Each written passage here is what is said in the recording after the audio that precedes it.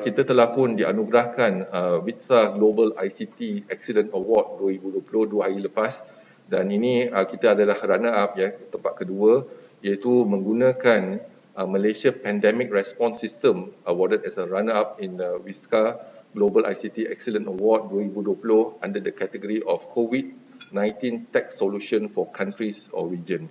Ini kita dapat pertingkatkan lagi aktiviti ini. Kita harapkan ini hanya satu permulaan, titik permulaan, dan juga kita boleh tambah baik lagi sistem ni, sebab sistem ni dibangunkan semasa COVID-19.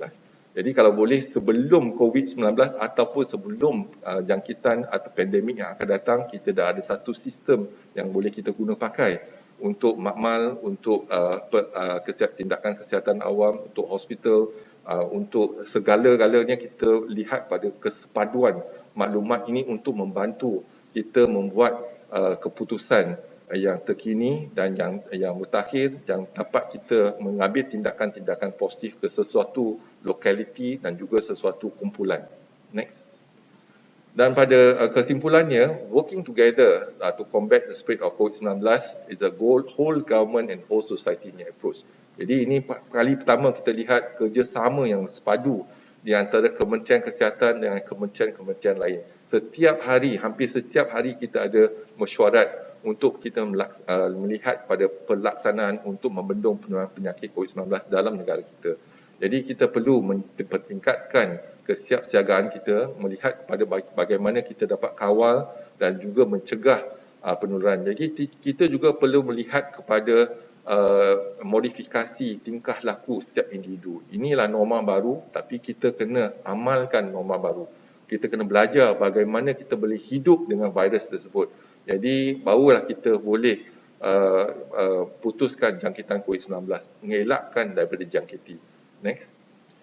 Dan data kita, international research have shown that lockdown ataupun movement control order is an effective intervention strategy. Dan movement control strategies have also been shown as effective tool to reduce cases in Malaysia during the second wave.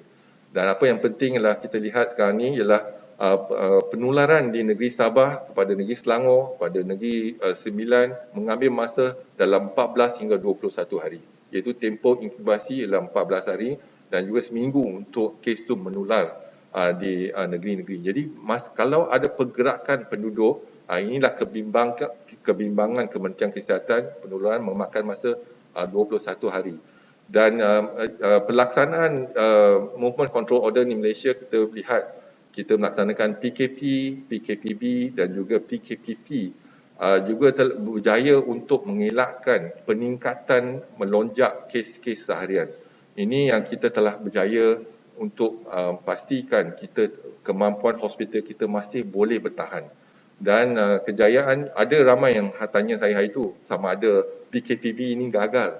Tapi saya kata tak gagal sebab ini adalah option yang terbaik dan juga kita telah mengelakkan satu lonjakan kes secara mendadak dan hospital kita masih mampu bertahan.